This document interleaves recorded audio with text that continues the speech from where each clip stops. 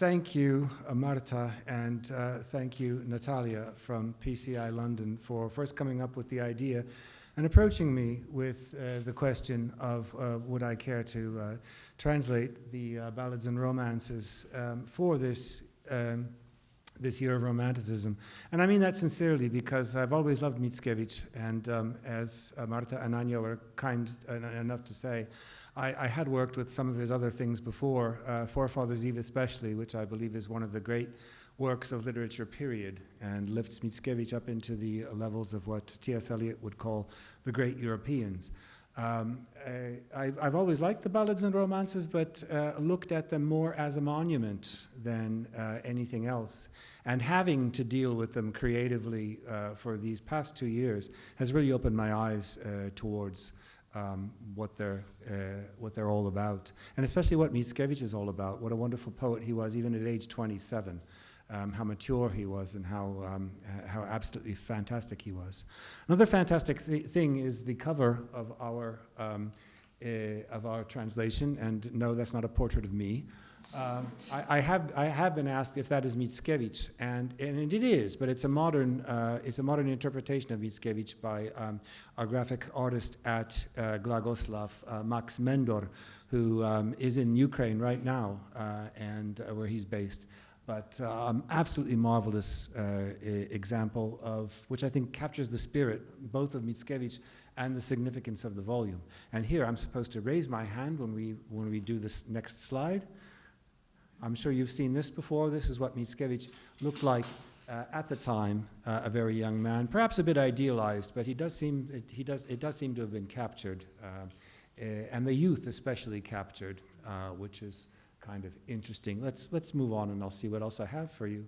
So it is the Ballads and Romances, and I don't think it's the first translation of every single one. As a matter of fact, I know it's not. Some of you, especially English speakers in the audience, may know W.H. Auden's marvelous translation of the first poem, Romanticism, but I do believe it's the first full translation of all of them into English. And as you can see, we haven't just confined ourselves to the first 14 from the all-important 1822 edition in Vilno, but we also added several of the other ballads, actually the 4 other ballads that Mickiewicz at least authorized by having them appended to the 1852 edition before his death, which I was especially glad to do because The Escape, which is a burger-esque ghost story, is one of my favorite poems of all time, so I was also happy to be able to deal with that. But let's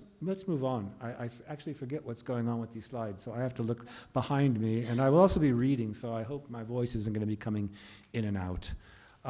So Ballads and Romances, as has been pointed out, is the battle cry of Polish Romanticism.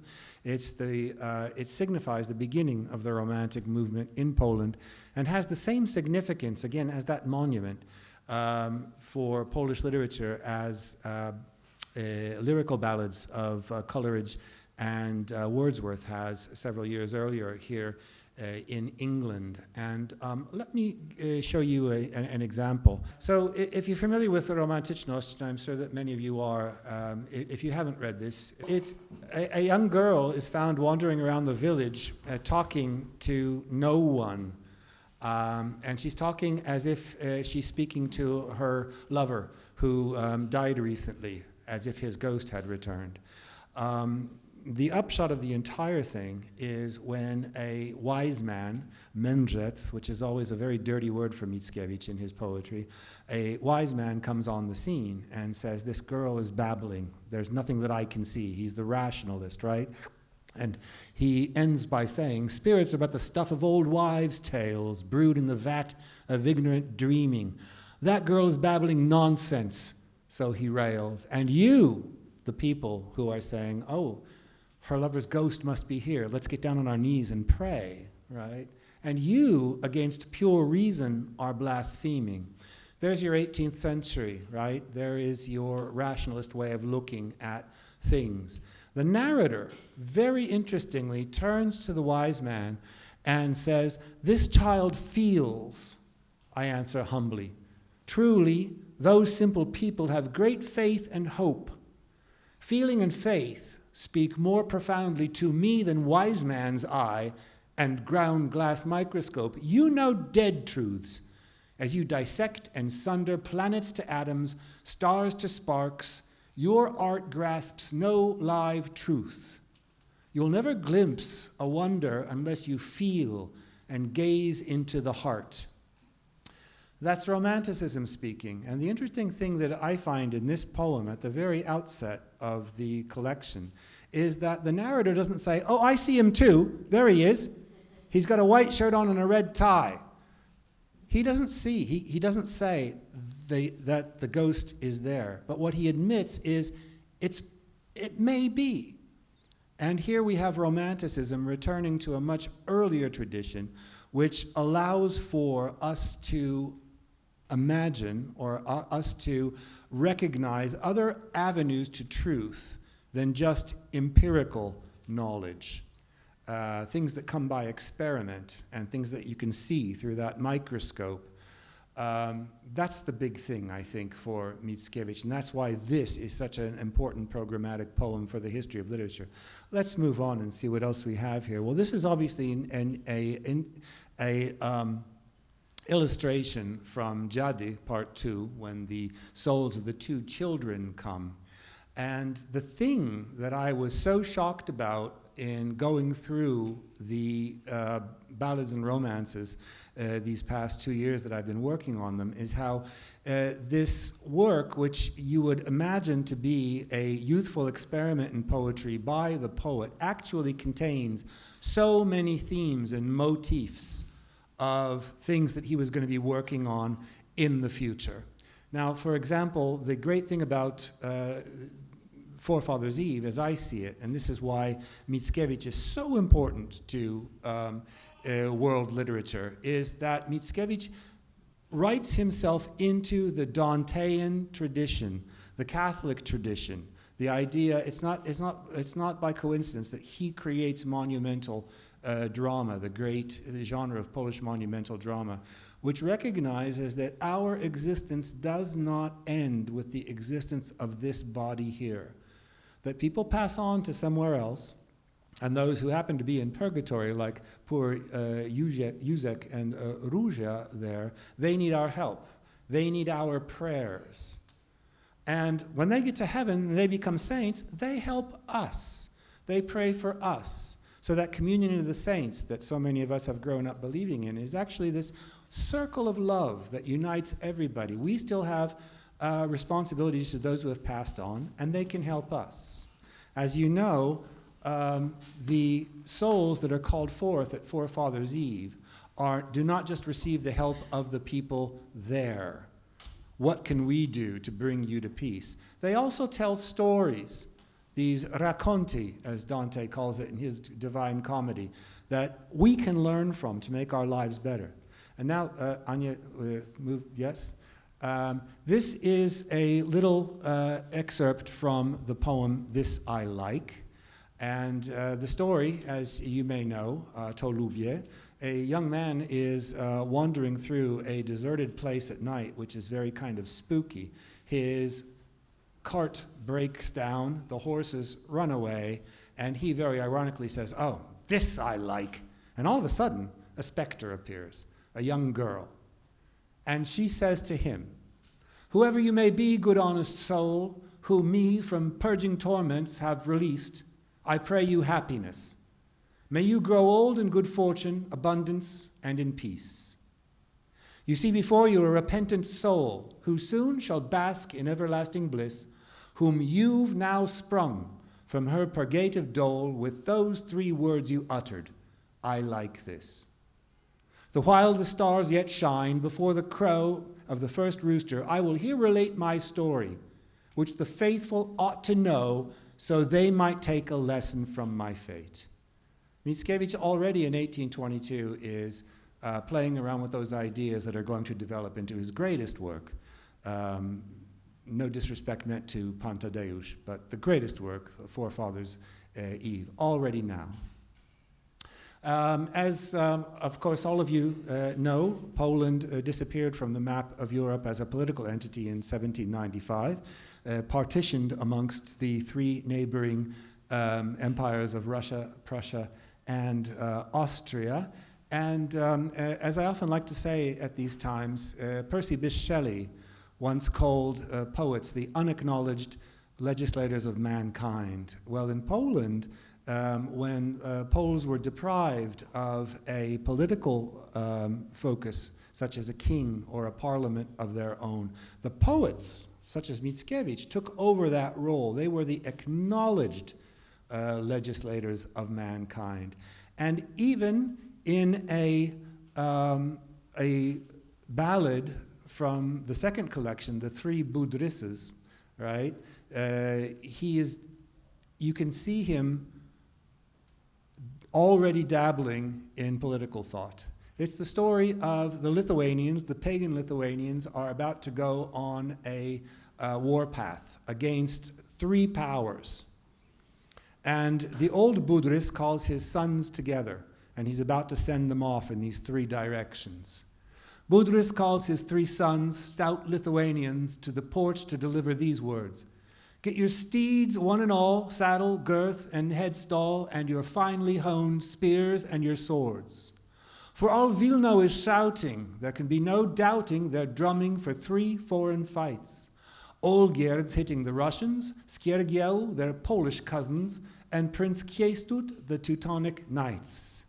Every healthy, big-boned man must now serve his homeland. In the gods of great Litva be bold, though this year I shall not go to see my sons off, so there are 3 of you, each his own goal." This is a comic ballad, which ends with each of the 3 sons returning home with a Polish bride. And it seems very light-spoken, but you take a look at this. Every stout Lithuanian must trust in his gods and go off to fight against Lithuania's 3 enemies.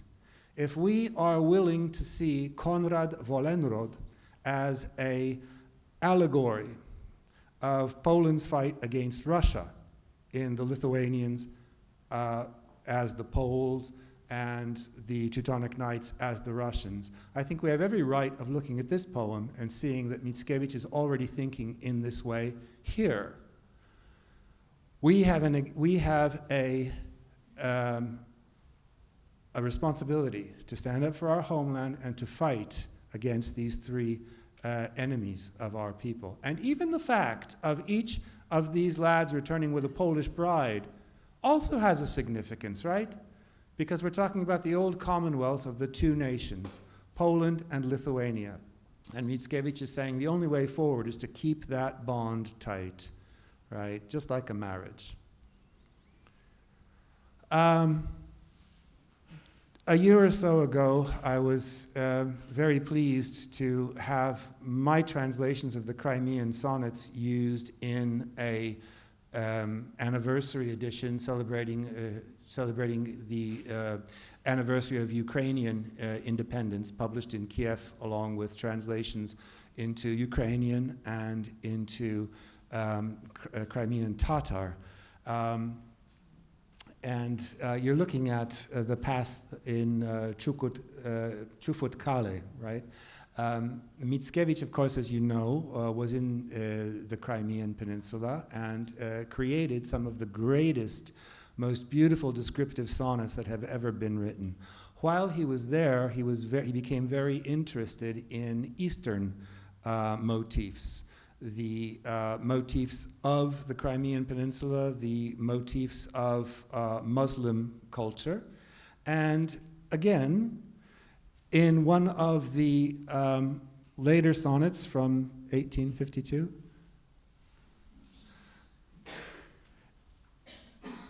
the Renegade, he's telling a story about a young Polish slave girl just captured from Lekhistan and brought to the Sultan. And I'm not quite sure at the end why when the Sultan sees her, he drops dead. but he recognizes her for some reason from Poland. But the interesting thing about here is the words that Mickiewicz is using, right? So she's being let in. Then at the door, the eunuchs twirl in graceful homage bending. Kraszewski Aga leads in a girl, bows deeply, says, Effendi, whose brightness is of such great might amidst the starry divan as midst the diamonds of the night, the blaze of Aldebaran. Deign flash here, star of the divan. The news I bring is sweet. Your servant breeze from Lechistan wafts tribute to your feet. Not even the Padishah can boast such a blossom white as this bloom from that frigid land you recall with such delight. What I'd like to draw your attention to is Mickiewicz's erudition, which I could go on and say a lot more about, especially with his Paris lectures, but I won't to slow us down. I know we're all very thirsty. So, but Kraszewski is not a name, that is actually a term that is used in Persian court ceremonial. Effendi, of course, we know, and Arabic names for the stars, such as Aldebaran. Of course, Romanticism is interested in the exotic, and there are a lot of references to the East, which is different from our West. And of course, Mickiewicz is part of that. But that respect for that other culture that he brings into his poetry, especially if you take a look at the Crimean sonnets, the respect that this pilgrim, as he's called, has for the Tatar culture and for the Muslim culture, you can already see this in these early poems. So those are the, yes, okay, yes, stay here. Those are the kind of motifs that you're going to find later in Mickiewicz's poetry that are already found in Ballads and Romances. But the other thing that really impresses me about this collection is what a wide group of poetic techniques Mickiewicz uses, and his interests being so wide. We're all familiar with the myth of Piotr Twardowski and Pani Twardowska, the great poem. This is a short example of it. Once Mephistopheles jumps out of that pot of vodka and starts growing before Twardowski's eyes. The devil appears to him. Twardowski, ah, my ancient crony, he cries, and stamps his foot. Oh, please.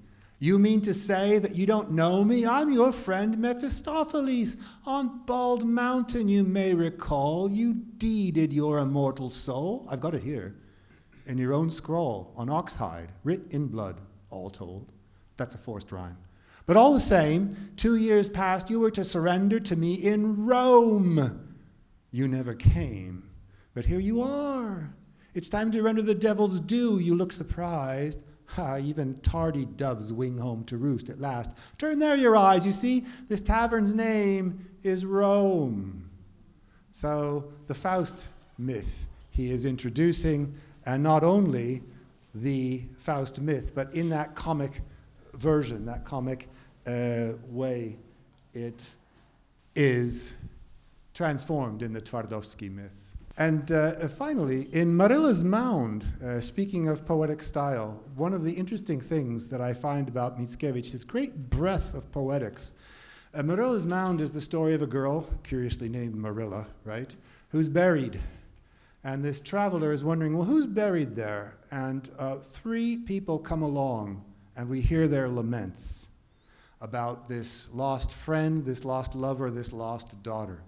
This is from the lover's lament, who talks about, oh, hear my father lament that I'm not getting married. He has no one to pass down the farm to.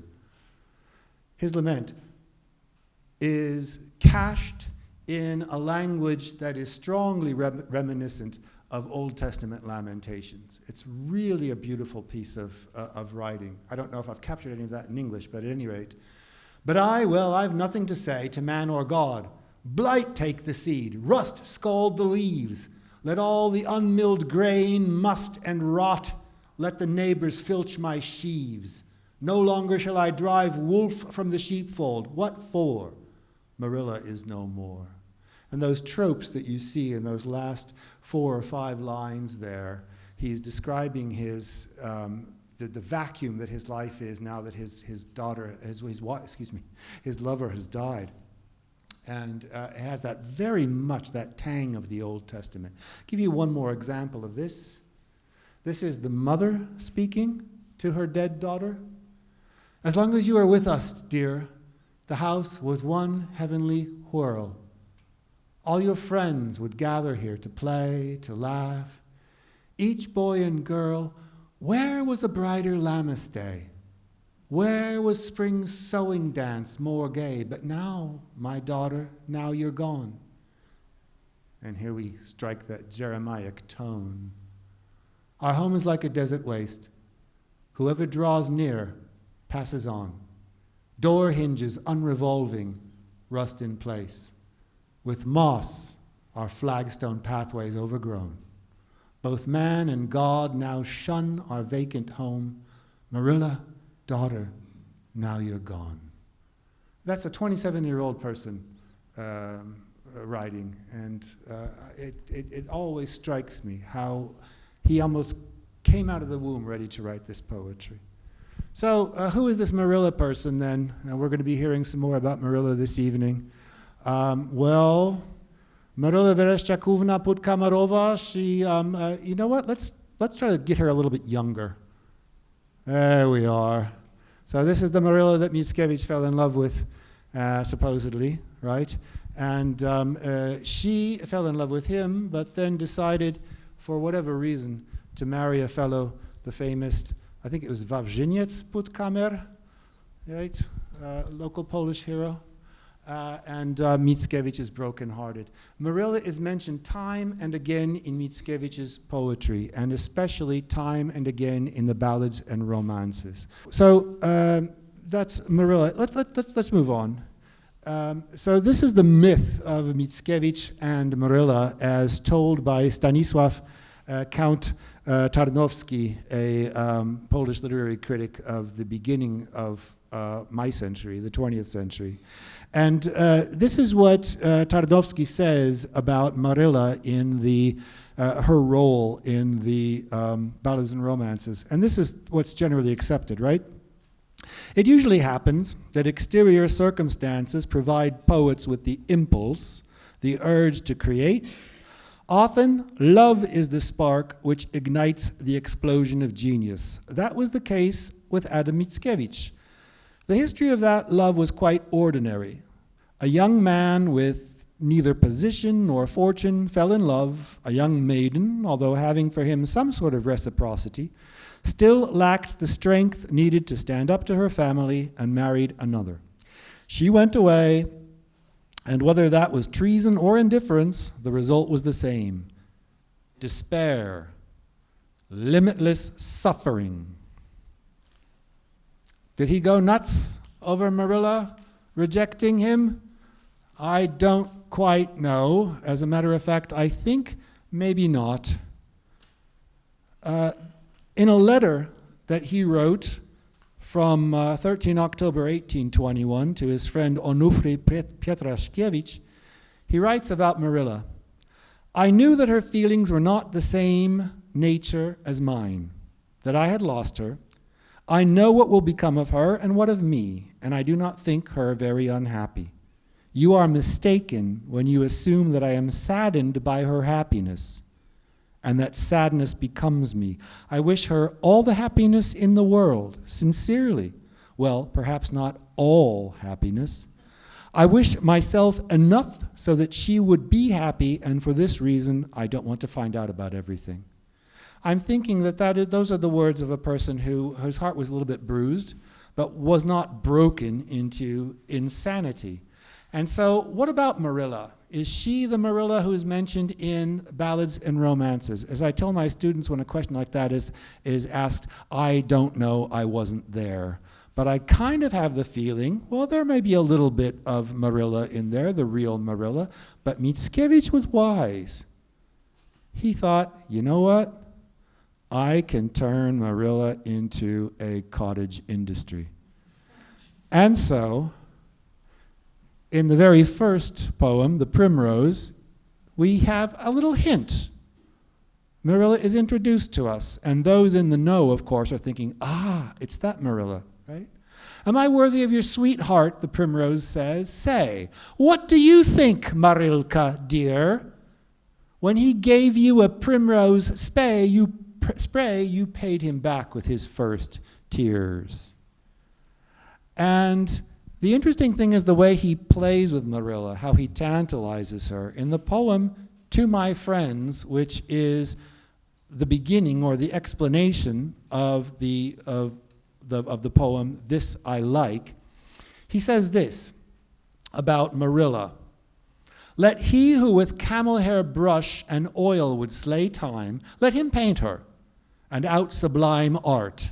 But the bard, let him capture in immortal rhyme her intelligence, virtue, and heart. As for me, although all that is fresh to my mind, it is solace I seek here, not fame. And so if I am able, I will tell you this time of my late springtime heartbroken game. I'll tell you this time of my late springtime heartbroken game. So I'm going to tell you something about Marilla, but it's not, let some other bard do this. It's not going to be me. You can almost feel Marilla recoiling from that slap. Oh, this is going to be a book about me. Oh, no, let somebody else do that. Even the whole idea about Marilla's mound. Ask the whole village round, and everyone's sure to give you the same answer. Marilla lived in that hut. Now in that mound she rests. Is Mickiewicz kind of saying to her, well, you're dead to me now. You're dead and buried. I'm moving on from this. These are the most entertaining verses for me. And I call them Mickiewicz's tantalization of Marilla, because he comes very, very close to saying, hey, girl, you're going to be famous. Shakespeare's, shall I compare thee to a summer's day? You're going to be famous because everybody's going to read me. They're going to remember you. Look what Mickiewicz does here. This is the ghost of that dead girl that was released from purgatory, and her name, curiously enough, is Marilla. In those days, when my living lungs respired this atmosphere, Marilla was my name. My father was the first man of the shire, wealthy and honest, of unspotted fame. And Marilla is saying, this is about me. Daddy's rich. This is about me. His greatest longing was to see me married. That I was young and well endowed, a scurry of lovers hastened. Yes, no suitor tarried to vie for my charms and my dowry. So many men to stroke my vanity. In their vain blandishments I so delighted, the lower they bowed, my inanity swelled the greater, as I scorned them all and slighted. Oh, it's not about me. I don't scorn and slight anybody. I'm not like that. There's only one translation in Mickiewicz's Ballads and Romances, and it is a translation from Schiller, The Glove.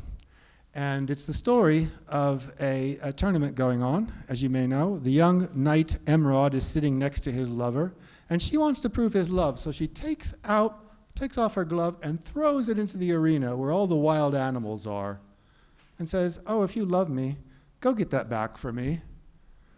Then Marta turns to Emrod, who loves the lady. Sir, the time is now to prove the heft of oft-repeated vow. It seems I've lost my glove.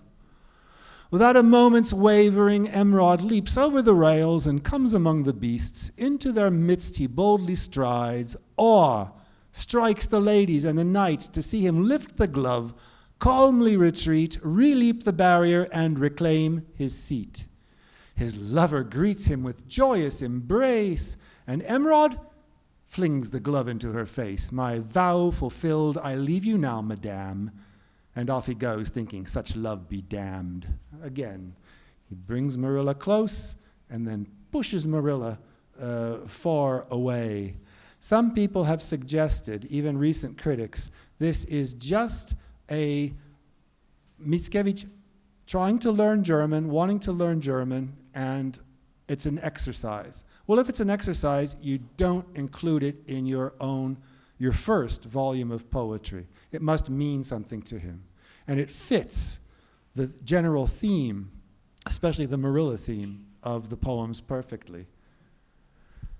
This is the final slide I have, and this is the final tantalization of Marilla, and it is the masterful tantalization of Marilla. From this I like, right? So dead Marilla speaking to the narrator, whom we are free to think is the poet himself, and says, I'm grateful, and now this is granted me, to part the clouds, show you your future road. You shall know a Marilla too, but she, at this, alas, the dawn's first rooster crowed.